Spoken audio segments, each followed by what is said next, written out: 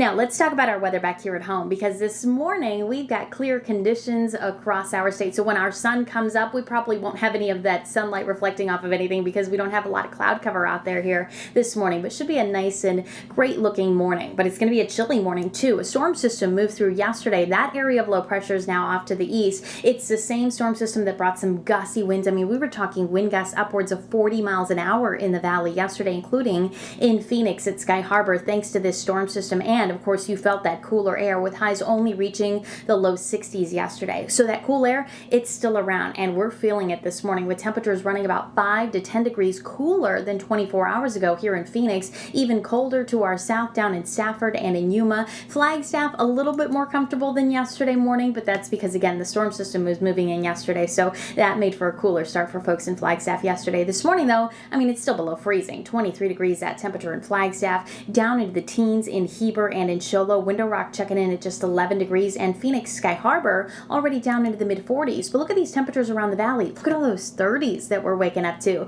I just had to go turn up my heater because it was a little chilly in my house, and that might be the case at your house too. It's 34 in Chandler and in Gilbert, just 2 degrees above freezing this morning. 37 in Levine, 36 in Buckeye, and it's only 39 degrees in Peoria. Anthem, Cave Creek, you're also in the 30s this morning, and Maricopa down to 36 degrees. And in fact, Maricopa is one of those areas that's under a freeze warning until 9 o'clock here this morning. That freeze warning also includes spots like Sackatoon, Coolidge, the Santan Valley. That alert, again, in place through 9 a.m., and it stretches across Florence, Casa Grande, and all the way down into Tucson, too, as temperatures are going to drop into the low 30s in many of these areas by the time the sun comes up. Once that sun is up, though, the warm-up a little bit faster today, and we will end up a little milder this afternoon than we did yesterday. The 70s will be back, so nearly 10 degrees warmer than yesterday. Yesterday's high was 63. Today, we're heading up to 71, and you can see how those temperatures climb into the upper 50s by 11 a.m., 60s through lunchtime, and then our high peaks at 71 degrees in Phoenix. Across Arizona, a high of 45 in Flagstaff, 70 at Lake Havasu,